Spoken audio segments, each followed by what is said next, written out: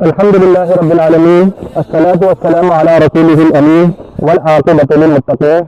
अम्मा बाद, अज़ीज़ नौजवान साथियों और मेरे बुजुर्गों, अस्सलामु अलैकुम व रहमतुल्लाहि व बरकातुहू। अऊज़ु बिल्लाहि मिनश शैतानिर रजीम, बिस्मिल्लाहिर रहमानिर रहीम। अल-यौमा अकमलतु लकुम दीनकुम व अतममतु अलैकुम निअमती व रदीतु लकुमुल इस्लाम दीना। सदक़ल्लाहुल अज़ीम। अभी मैंने आपके सामने कुरान की एक आयत की तिलावत की, इसका तर्जुमा समाप्त फरमाइए।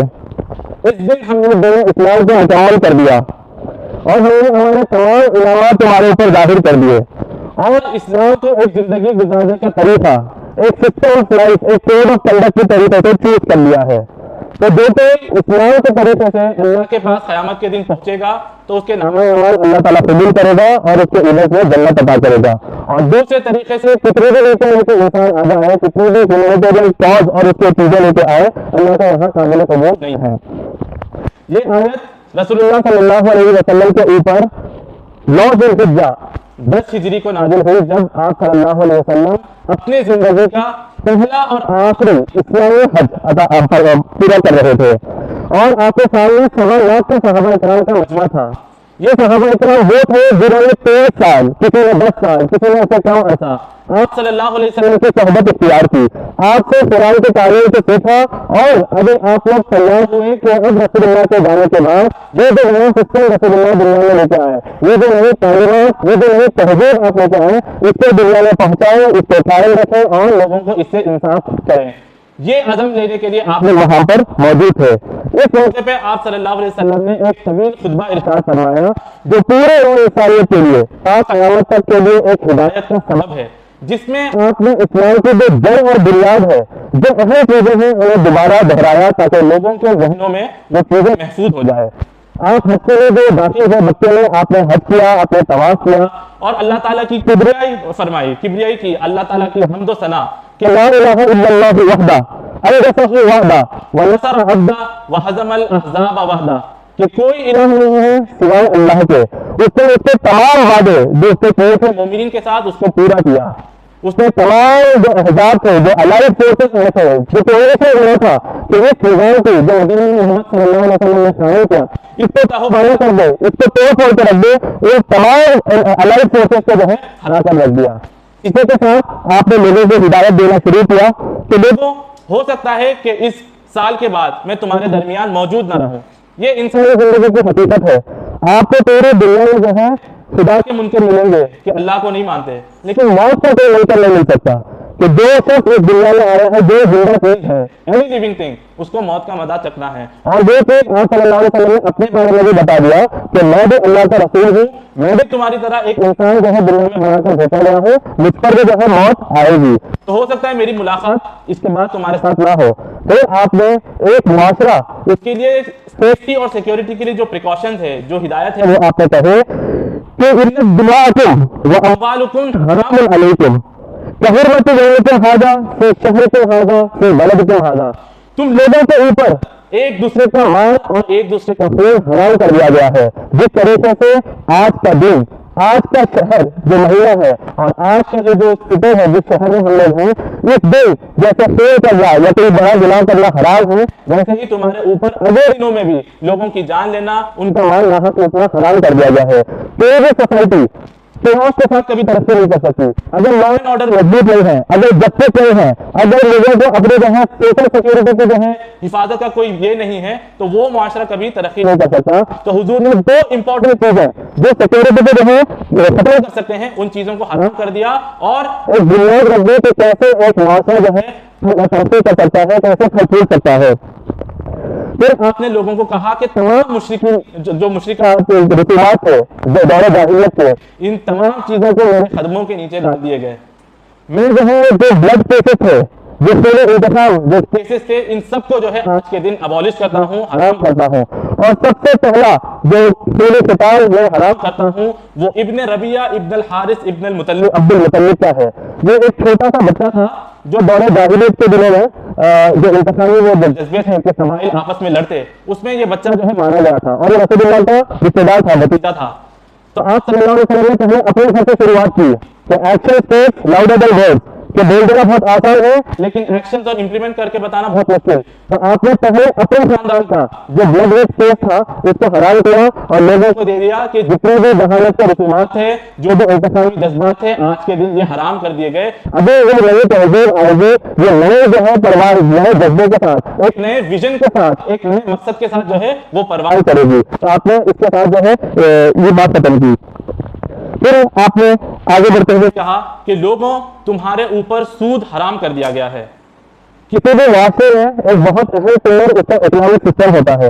अगर मईशत जो है सही तरीके से जो है गर्दिश नहीं करेगी तो ये जो है दो धारी तलवार बन के जो है माशरे के अंदर अपना कारनामा सरंजाम देगी। तो एक तरफ आपको दिखाई देगा कि पैसों के, दौलत के जो है अंबार खड़े हो जाएंगे। इतना दौलत होगा, इतना दौलत के जैसे ये था सारे जब निकलता था तो उसके पीछे जो है उसकी खजाने के चाबियों के साथ एक लश्कर हुआ करता था जो उसकी चाबियों उठा के चलता था और लोग जो है उसके ऊपर रश करते थे कि काश सारे जैसी दौलत हमारे पास होती। तो एक तरीके से इतनी अंबार, इतनी दौलत होगी कि उसको मैनेज करने के लिए आपको अकाउंटेंट्स की, चार्टर्ड अकाउंटेंट्स की जरूरत पड़ेगी। और दूसरी तरफ इसी वाक़े में आपको जो है ऐसे ऐसे लोग दिखाई देंगे जो एक वक्त की रोटी खाने के लिए तरस जाएंगे, जो दो दो दिन के लिए जो है खाना मैसर नहीं होता, इतने गरीब लोग आपको दिखाई देंगे अगर निजाम जो है गर्दिश करने का सही नहीं है। कुरान में जो है इन तमाम चीजों को ज़कात के जरिए से जो है सॉल्व किया कि अपने जो गरीब लोग हैं, जो मालदार लोग हैं, इनसे जो है पैसा लो और जो अपने गरीब लोग हैं माशरे में, जो जरूरतमंद हाजतमंद लोग हैं, उनके अंदर तकसीम करो। आज जो इकोनॉमिक्स की स्टडी है वो बताते हैं कि अगर दुनिया के अमीर तरीन लोग, जिनका नाम फोर्ब्स जिसका आधा है, अगर ये लोग अपनी दौलत का सिर्फ 2% हिस्सा जो है ये डोनेट कर दें तो दुनिया की जो पॉवर्टी है वो तिब्बत जो है खत्म हो जाएगी। अभी आपको 2% का हिसाब कहाँ मिलेगा? ये जो 2% इकोनॉमिक्स आज की बता रही है, आपको इसका हिसाब कौन से कॉन्सेप्ट में मिलेगा? ये ज़कात का कॉन्सेप्ट है कि 2.5% आपकी जो सेविंग्स है उसके ऊपर 2.5% माल अदा करो और ताकि दुनिया की जो गरीबी है ये दूर करे। आज इकोनॉमिक्स जो है डायरेक्टिकल प्रोसेस, ये ऑब्जर्वेशन और एक्सपेरिमेंट्स के जरिए से नतीजे पे पहुंच रही है कि इस्लाम ने 1400 साल पहले जो उसूल दिए मईशत के, वो अगर हम आज लागू करेंगे तो दुनिया के मईशत के जो मसले हैं वो हल होंगे। तो आपने कहा कि सबसे पहला सूद जो मैं हराम करता हूं वो अब्बास इब्न अब्दुल मुत्तलिब था, वो रसूलुल्लाह के चाचा थे। आपका बहुत बड़ा कारोबार था जो मक्का और उसके आउटस्कर्ट्स में फैला था और वो सूद के ऊपर था क्योंकि प्री इस्लामी पीरियड में सूद जो है उन्होंने जायज किया था, सूद उनका हराम था। तो रसूलुल्लाह ने इस तमाम सूद को हराम कर दिया और कहा कि जो उनका हक है वही मिलेगा और सूद इसके बाद जो है कभी नहीं लिया जाएगा। और इसका नतीजा आप देखेंगे कि किस तरीके से इस्लामी मईशत हजरत उमर फारूक, हजरत उस्मान गनी रज़ियल्लाहु ताला अन्हु के दौर में इतने फैली लोग इतने अमीर हुए कि वो जो लोग जो है पैसे के ऊपर अपनी जिंदगी बसर करते थे उनको जो है महाना और सालाना पेंशन 4-5 हजार दिरहम लगाई गई। उनको जो है रियल एस्टेट में बहुत बड़े बड़े शेयर मिले और इसी इस्लामी जो है निजाम के तहत इन तमाम लोगों को ये हुकूक दिए गए। आज आप देखें कि इकोनॉमिक्स में जो दो बड़े इदारे हैं जो दुनिया की मईशत को कंट्रोल करते हैं, वर्ल्ड बैंक और इंटरनेशनल मॉनेटरी फंड, जो तकरीबन 70-80 साल पहले बनाए गए, वो इसी ऑब्जेक्टिव्स के साथ बनाए गए थे कि दुनिया की मईशत जो है उसको सूद के शिकल में लाके जो है उसको कंट्रोल किया जाए और दुनिया के बड़े बड़े कैपिटलिस्ट और बड़े बड़े इन्वेस्टमेंट किया कि हमें रिटर्न सूद के जरिए से हमारा प्रॉफिट मैक्सिमाइजेशन हो। आज जितने कॉर्पोरेट है उनका जो बेसिक प्रिंसिपल है वो यही है कि maximization of profit of the shareholder, कि शेयर होल्डर को जितना आप प्रॉफिट मैक्सिमाइज करके दे सकते हैं उतना दें और उनके लिए सबसे आसान हथियार जो है वो सूद का है। और इसीलिए आप देखेंगे कि दुनिया में जो है ऐसे ऐसे अमीर लोग आपको दिखाई देंगे जिनकी पूरी वेल्थ, जिनकी नेट वेल्थ जो है अफ्रीका के जीडीपी से ज्यादा है। 3-4 लोग आपको दिखाई देंगे जिनके हाथ में जो है दुनिया की मईशत है। तो ये चीज रसूलुल्लाह ने जो है हराम कर दी ताकि जो है मईशत पूरे इसमें कंट्रोल कर सके और किसी के पास जो है एब्सोल्यूट पावर नहीं हो सके कि वो सोसाइटी के ऊपर हावी हो। ऐसे हिदायत देते आप सल्लल्लाहु अलैहि वसल्लम लोगों के सामने आपने और बहुत सारी तालीमात रखी, जिसमें एक अहम बात आपने रखी कि फत्तकुल्लाह निसा, कि लोगों अल्लाह का तक़वा इख्तियार करो। किस मामले में? औरतों के मामले में। क्यों? क्योंकि तारीख में हमेशा ये मामला आपको दिखाई देगा कि या तो औरत के ऊपर ऐसे कानून बनाए गए कि उसके ऊपर जो है एकदम दखलबंदी कर दी गई कि उसके सिर्फ घर पे और जो है एक मेल शोविनिज्म के तहत महदूद करके रख दिया गया, या फिर इतने आजादी दे दी गई कि अब जो है अगर रिश्ता भी है मियाँ बीवी का तो शौहर उससे पूछ नहीं सकता कि तुम कहाँ जा रही हो, तुम्हारी आमदनी कहाँ से है, तुम ये करो या फलाना करो। ये तारीख में आपको ये कानून हमेशा दिखाई देगा। तो हुजूर ये तालीमात दे के शौहर के भी एक हुकूक होते हैं, औरत के भी एक हुकूक होते हैं।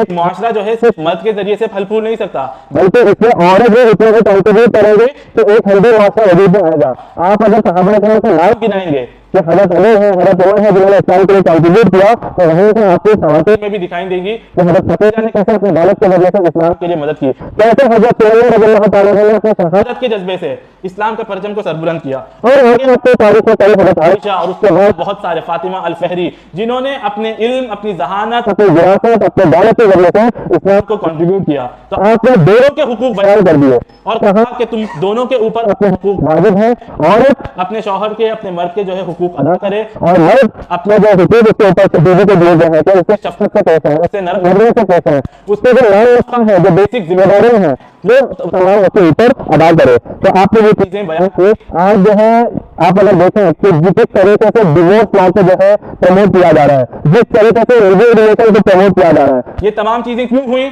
क्योंकि पिछले 200-250 साल में इंसानियत के तजुर्बे से गुजरी जो बेरोजगार की तहरीकें थी, उन्होंने देखा कि ये मजहब औरत के ऊपर बहुत जो है बंदिशें लगा रहा है कि बुर्का करो, हिजाब पहनो और अलग अलग बंदिशें हैं कि शौहर के ताबे होकर रहो। ये तमाम चीजें औरत के ऊपर एक बोझ है, लिहाजा उसे दीन से आजाद करो। फिर इसके ऊपर जो है अलग अलग ख्यालात पेश किए गए कि असल जो है मॉडर्निज्म नहीं है कि औरत जो है कभी मर्द के शादी के बंधन में नहीं है, औरत को जो चाहे वो कर सके, वो जो कपड़े चाहे पहने, वो किसके साथ चाहे अपना ताल्लुक रखे। उसका नतीजा आज आपको ये दिख रहा है कि जो एक खानदानी निजाम था, जो एक मियाँ बीवी के अंदर मोहब्बत और इज्जत थी, वो सब टूटी हुई दिखाई दे रही है, वो सब बर्बाद होते हुए दिखाई दे रही है कि शौहर को बीवी के ऊपर एतमाद है और ये बीवी के शौहर के ऊपर एतमाद है। ये तमाम चीजें और ये चीजें जो बड़े बड़े फेमिनिस्ट हैं वो इस बात का एतराज करते हैं, वो अपने स्पीचेस में ये बात कहते हैं कि कम से कम मुसलमान खवातीन एंड ऑफ द डे ये इतना कॉन्फिडेंस तो है कि उनका शौहर अगर घर से बाहर गया है तो रात के वक्त घर पे आएगा, लेकिन बाकी जो खवातीन है ये पता नहीं है कि उनका शौहर अगर गया है तो वो रात आज किसके साथ गुजारेगा,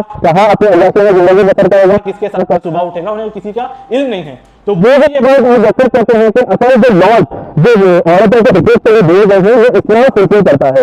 मसला वहाँ से एग्जीक्यूशन का है कि किस तरीके से हम उसको अमली जामा पहनाते हैं। किताबों में तो अच्छी बातें लिख दी गई है, अमली में उसे कैसा लाते हैं, एक बहुत बड़ा चैलेंज है। हुजूर ने अपने तौर पे जो है ये चैलेंज अपने जमाने में पूरा करके बता दिया, औरतों को उनके हुकूक दिला दिए, समाजी तौर पे मर्दों को उनका हक बता दिया। फिर ये जो इतनी सारी चीजें मोहम्मद सल्लल्लाहु अलैहि वसल्लम ने हज्जतुल विदा पे जो खुतबे में इरशाद की, ये तमाम चीजों का जो सरचश्मा है, जो बुनियाद है कि ये लोग जो है इसे भूल ना जाएं, उसको रिकॉल किया और कहा कि तरक्तु फीकुम शैअन लन तज़िलू बअदहुमा किताबुल्लाह व सुन्नती, मैं तुम्हारे दरमियान दो चीजें छोड़े जा रहा हूं, इसे अगर तुम मजबूती से पाओगे तो कभी गोरा ना होगे। किताब अल्लाह, अल्लाह ताला की किताब जो वही उसने नाज़िल की, व सुन्नती और मेरी पैरवी, इन दोनों को अगर तुम उठाओगे तो कभी गोरा ना होगे। आप देखेंगे शैतान को पहला हरबा इस्तेमाल किया कुरान से दूर कर लेता है, वो यही था कि कुरान अरबी जबान में नाजिल है, हुजूर ने फरमाया इसके हर हुर्फ के ऊपर आपको जो है सवाब मिलेगा। अलिफ लाम मीम पढ़ोगे तो ये 3 हुर्फ और 3 चोटें इसके ऊपर मिलेगी। तो पहला हरबा इस्तेमाल करके इसके माने के साथ लोगों को दूर कर दिया कि कुरान जो है और एक सवाब किताब है, तो सवाब की नियत से पढ़ो। और सुन्नत जो रसूलुल्लाह की है, आज तो इस चीज है कि रसूलुल्लाह की सुन्नत से मुसलमानों को दूर करो। और क्यों? क्योंकि अगर रसूलुल्लाह की सुन्नत आप शरीयत से हटा दें तो ये दीन इस्लाम जो है एक ऐसा कैंडल बन जाएगा जिसका वो आप किसी भी तरफ फायर दे सकते हैं।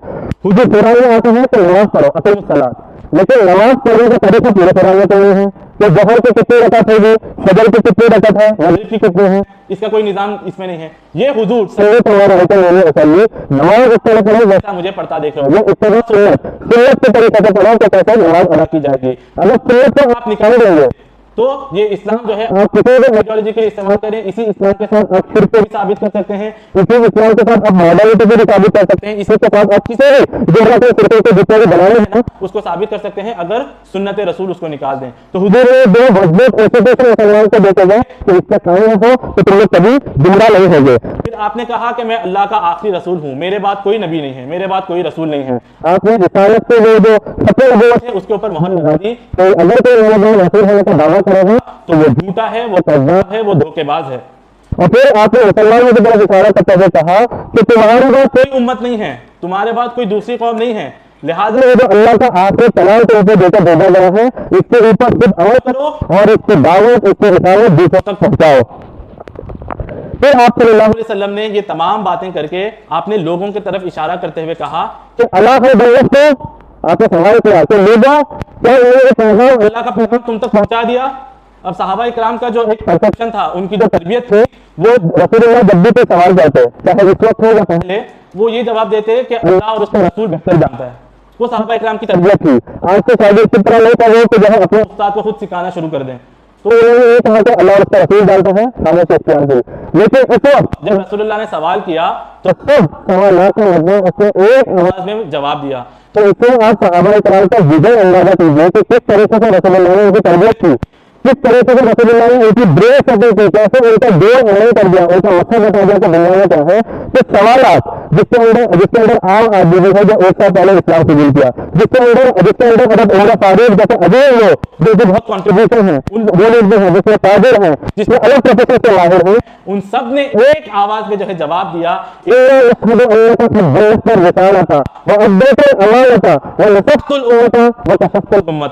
हम गवाही देते हैं कि आपने दीन का हक अदा कर दिया। जब अद्दैकल अमाना, आपके तरफ जो अमानत देके अल्लाह ने भेजा था, आपने उस अमानत को अदा कर दिया। आप जो सादिक अमीर हैं तो वो सिर्फ मानना के लिए है, बल्कि वो जो वजह आपके ऊपर उतारी गई थी, आपने उस वही के बुनियाद के ऊपर एक सिस्टम, एक तहजीब कायम करके बता दी और अमानत का हक अदा कर दिया। वो उम्मत, आपने उम्मत मुस्लिमा इससे नसीहत करने का हक अदा कर दिया। आपने सिर्फ जो है लफ्ज़ के तौर पर जो है लोगों को जरूर कहा कि ला इलाहा इल्लल्लाह कह दो, बल्कि आपने लोगों को जो है ला इलाहा इल्लल्लाह का मतलब क्या है वो सबसे बता दिया कि अगर हाकिमियत किसी की है, अगर किसी की हाकिमियत हम कबूल करेंगे तो वो सिर्फ अल्लाह की है, सरवरी ज़ेबा फ़कत उस ज़ात बेहमता की है, हुक्मरान है एक वही बातें सब बताने आदरी, पूरे बादशाह के हाकिमियत के लायक नहीं है, न आवाज है न जहीर है न कोई और है। हाकिमियत के लायक अगर कोई है तो वो अल्लाह रब्बुल इज्जत की ज़ात है। वह लतफ़्त उम्मत व तसफ़्त जुम्मा, और तमाम गुमराहियत के जितने भी रास्ते हैं, जितने भी जो है तरीके हैं, इन सबको जो है आपने बंद कर दिया। ये सहाबा इकराम का जवाब था जब रसूलुल्लाह ने ये सवाल पूछा कि क्या मैंने तुम तक नहीं पहुंचा दिया। जब आपने सवालात के मजमे में ये जवाब दिया तो आपने जो है अपने शहादत की उंगली वो आसमां अल्लाह की तरफ उठाई, इशारा किया और फिर उसे लोगों की तरफ इशारा करते हुए कहा कि अल्लाहुम्मा शहद, अल्लाहुम्मा शहद, अल्लाहुम्मा शहद, कि अल्लाह तू गवाह रहे कि ये लोग गवाही दे रहे हैं कि मैंने इन लोगों तक पहुंचा दिया।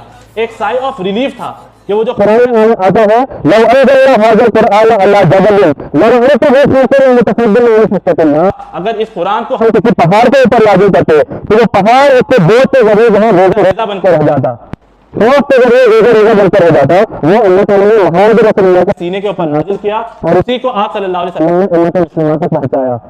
फिर आपने मुसलमानों की जब गवाही ले ली, आपने मुसलमानों को उनका अगला मिशन और मकसद बता दिया जो कभी मुसलमानों को भूलना नहीं चाहिए। वो ये था कि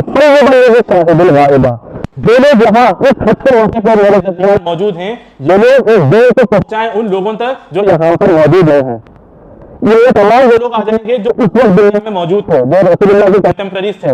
अभी दावत उस वक्त अफ्रीका तक नहीं गई थी, इस वक्त शाम तक दावत रसूलुल्लाह की नहीं पहुंची थी। इतना दुख का सहाबा वहां से जो इस्लाम कबूल किए, अभी ईरान तक रसूलुल्लाह की दावत पूरे आल तक नहीं पहुंची थी। सहाबा को मिशन दिया कि यहाँ तक जो दुनिया का हिस्सा है इन तक भी पहुंचा, और इसमें हम तमाम लोग भी आ गए जो रसूलुल्लाह के बाद के दौर में आएंगे कि इन तक भी दीन पहुंचाओ, नस्ल दर नस्ल इन तक पहुंचाओ कि अल्लाह के दीन की हुज्जत कायम कर दो। आज ये हमें पहले बात करने की जरूरत है कि हज्जतुल विदा के मौके पे इतने बड़े मिशन जो रसूलुल्लाह ने सौंपा था उम्मत मुस्लिमा, वो मुसलमान उम्मत जिसके बारे में कुरान गवाही देते हैं, फिर खैर उम्मतिन उखरिजत लिन्नास तअमुरुना बिल-मारूफ व तनहौना अनिल मुनकर व तु'मिनूना बिल्लाह, कि तुम बेहतरीन उम्मत हो जो निकाली गई है, बर्पा की गई है लोगों के लिए।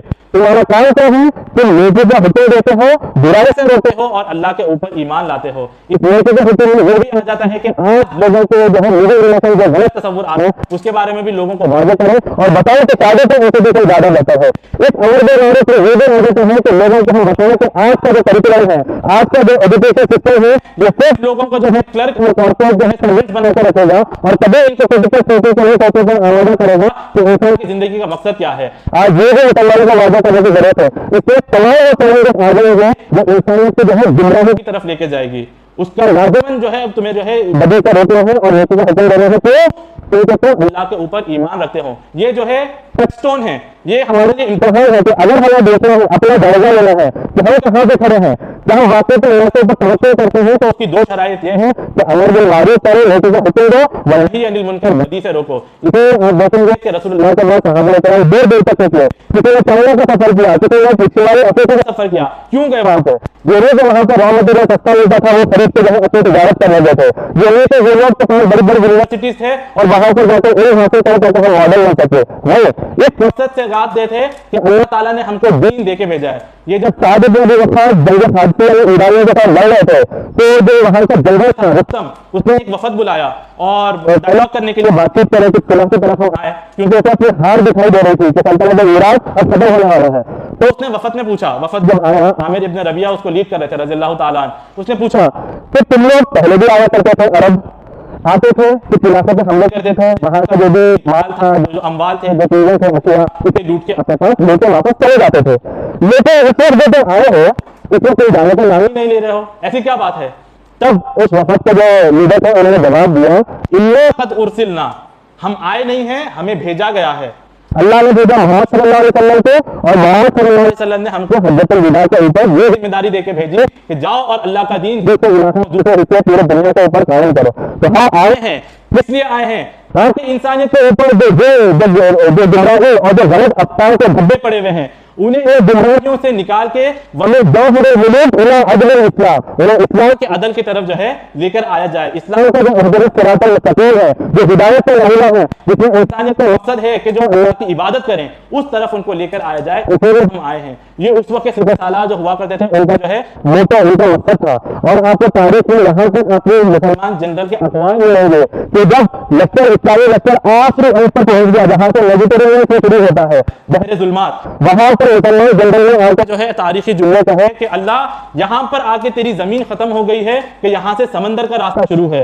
अगर हमें तवक्को होती तो इस समंदर के पार भी जो है कुछ कौम बसती है, हम अपने घोड़े जो है इन जुल्मात में समंदर में दौड़ा देते ताकि वो कौमों तक पहुंचे, उनके दीन इस्लाम की दावत उन तक पहुंचाए। और आपको उस्मा बिन नाफिर इस्माइल के जमाने में शिमाली अफ्रीका के बड़े फातह फैला है, जिन्होंने बड़े हिस्सा को फतह किया, उनका कौल आपको इसी तरफ से दिखाई देगा। मूसा इब्न नुसैर सारे से जो दिया जो जितने अजय जंगल थे, आप उनके इसी मकसद की तरफ देख सकते हैं कि इन्होंने सिपहसालारी का हक अदा किया और लोगों को अपने फतूहात की तरफ लेकर गए ताकि दूसरे इलाकों के ऊपर इस्लाम का गलबा हम हासिल कर सके और इस्लामिक सिस्टम हम कायम कर सके।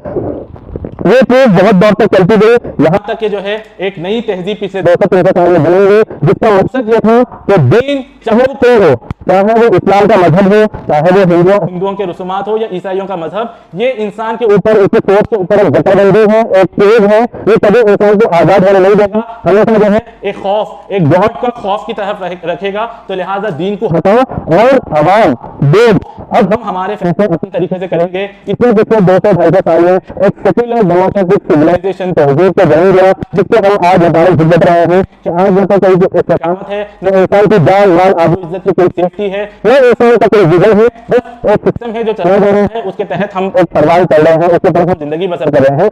आज जरूरत इस बात की है तो रसूलुल्लाह ने जिस पैराडाइम के ऊपर, जिस मजहब के ऊपर, जिस तरीके के ऊपर जो उसको वाजे किया, आज इसी तरीके के ऊपर जो है हमें वाजे करने की जरूरत है। नौजवान जो आज उससे गुजर रहे हैं, वो लोग सोशल साइंसेस को अपने एक रोल मॉडल अपनाएं। ये जो सब्जेक्ट होते हैं इंजीनियरिंग, आईटी, कंप्यूटर साइंस, इससे दुनिया में नजरियात नहीं बदलते। फोन अगर आया दुनिया में, अलेक्जेंडर ग्राहम बेल ने फोन बनाया तो दुनिया का नजरिया नहीं बदल गया। एक इन्वेंशन है जिससे जो है कम्युनिकेशन में आसानी हुई।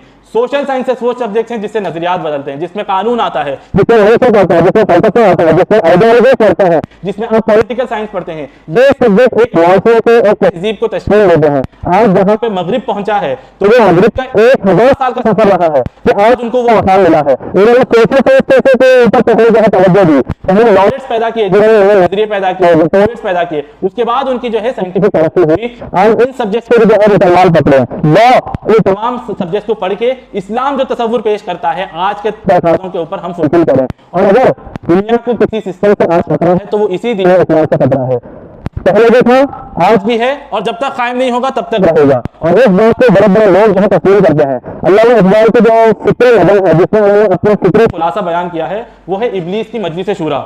इब्लीस एक जो है पार्लियामेंट चेयर करता है जिसमें उसके तमाम मशहूर मौजूद होते हैं और वो उनसे सवाल पूछता है कि ये जो 100 साल में जो तब्दीली आई है ना, कि जमहूरियत भी आ गई है, तो भी बंदे ने आसान के पहले तलाब कि लोग जो है फ्यूडल लॉट और जागीरदार के जो बंदिशें थी उसे तोड़कर आजाद हो गए हैं। तो ये चीज कहीं इब्लीसियत के लिए, हमारे जो शैतानी निजाम है, इसके लिए खतरा तो नहीं है। तो अलग अलग मुश्किल ये लोग मशवरे देते हैं कि अभी जमहूरियत आ गई है तो ये खतरा है आपके लिए। इस पर इब्लीस जवाब देता है कि जमहूरियत मेरे इब्लीसी निजाम के लिए खतरा नहीं है, हमने तो शाही को पहना कानून है जमहूरी निजाम, जरा आदम हुआ है शूद खिलाफतों से गुजर। ये जो जमहूरी कानून है, हमें इस जमहूर जो साजिश है, जो बादशाहियत है, उसको जमहूरी निजाम पहनाना है। जब इंसान जरा कॉन्सेप्ट की तरफ गया है कि हम इंसान भी कुछ चीज होते हैं, हमारे भी कुछ हुकूक हैं, तो वो जो जिंदगी फिरौन के अंदर थी, वो उसने तो ऐसा बात दी इंसानियत के अंदर।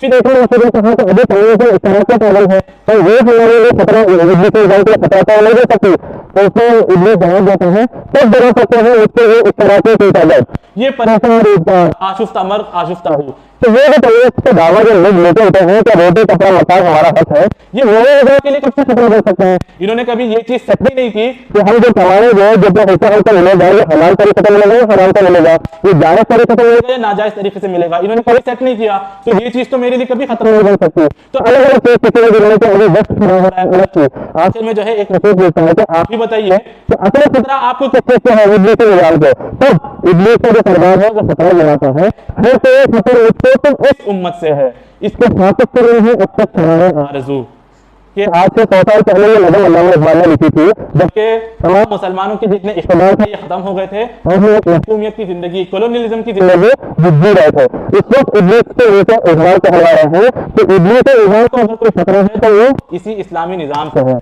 कि कोई ये इस्लामी निजाम जो कायम होकर आ गया तो दुनिया का सारी हिजत शुरू हो जाएगी कि असल इंसानियत की जो है, जो आज़ादी है, जो फ्रीडम है, जो फ्रेटर्निटी है, जो मोहब्बत और अखुवत ब्रदरहुड है, जो यूनिटी है, वो सिर्फ दीन इस्लाम के अंदर है। तो हमारे निजाम का दखल नहीं होकर रह जाएगा, हमारी जो माली इस्तेकामत है ये सब खत्म होकर रह जाएगी। तो इब्लीस से पैंतरे करना अपनाओ कि मत रखो इन्हें जिक्र फिक्र सुबह गाड़ी में इन्हें और कतर कर दो मुसलमानों को ये पास करो कि जितने भी जो पब्लिक चीजें हैं, पब्लिक लॉज हैं, पब्लिक जो डोमेन है, ये सब जो है सेक्युलर तरीके से हम निभाएंगे। और मेरे इस्लाम का रोल यह है कि हम नमाज पढ़ लें, हम अपना तज़किया कर लें, हम अपने अखलाक को दुरुस्त कर लें, हम कुरान की तिलावत कर लें, जिक्र अस्कार में हम लगे रहें और बाकी हर डोमेन के अंदर शैतान अपना नंगा नाचते रहें। इससे इस्लाम को पैगंबर हैं ये पाठ उसने पढ़ाया कि इन्हें फिक्र जिक्र सिखा जाएगा, मत कर दो और पुख्ता कर दो इन्हें सही में।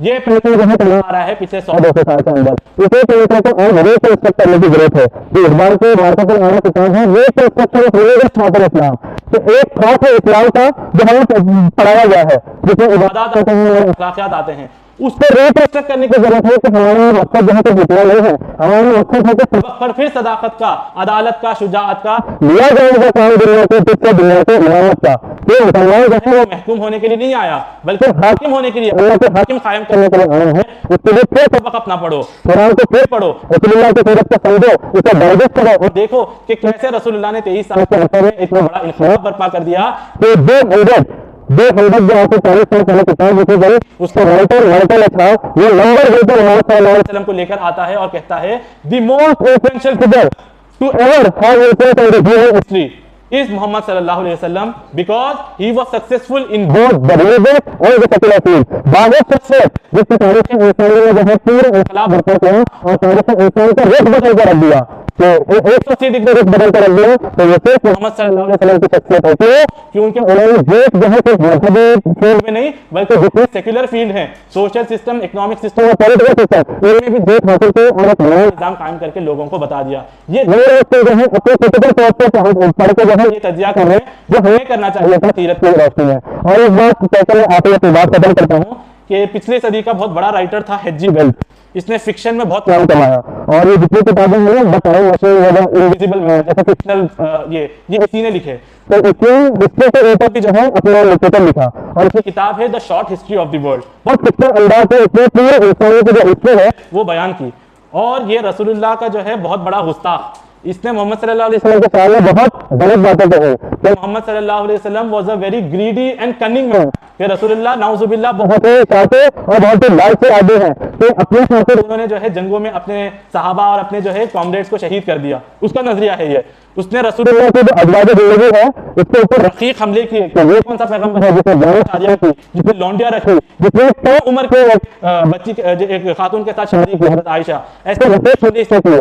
ये बताओ इसमें नहीं तो रसूलुल्लाह का मुहब्बत था बल्कि दुश्मन था। लेकिन यही short history of the world जो है हज्जतुल विदा को ये बात कोट करता है कि although they find the purpose of brotherhood, equality and fraternity in other nations and we find a lot of them in Jesus of Nazareth, ये जो पांच है ना, अखुवत का, भाईचारे का, मोहब्बत का, मसावत का, इक्वालिटी का, सब बराबर हो, ये भाषण हम बहुत जगह सुनते हैं और ऐसे बहुत सारे भाषण होते हैं ईसा अलैहिस्सलाम के आवाज में दिखाई देंगे, but it should be admitted but it was Muhammad he was the very first established society based on this principle. ये बात हमको तस्लीम करना पड़ेगा। कौन कह रहे हैं? गुस्ताख रसूल। हमें ये बात मानना पड़ेगा कि पहली बार ये सिर्फ मोहम्मद सल्लल्लाहु अलैहि वसल्लम की शख्सियत थी जिन्होंने एक उसूलों के ऊपर एक इस्लामी मुआशरा कायम करके दुनिया को बता दिया।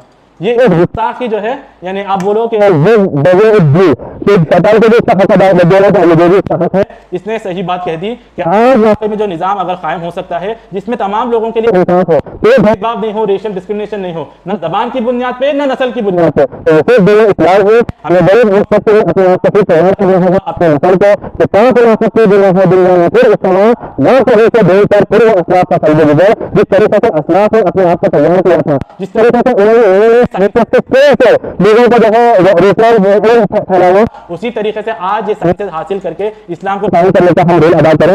ये कई बातें थी जो आपके सामने मैंने रखने की कोशिश की। लिहाजा अस्सलामु अलैकुम व रहमतुल्लाहि व बरकातुहू।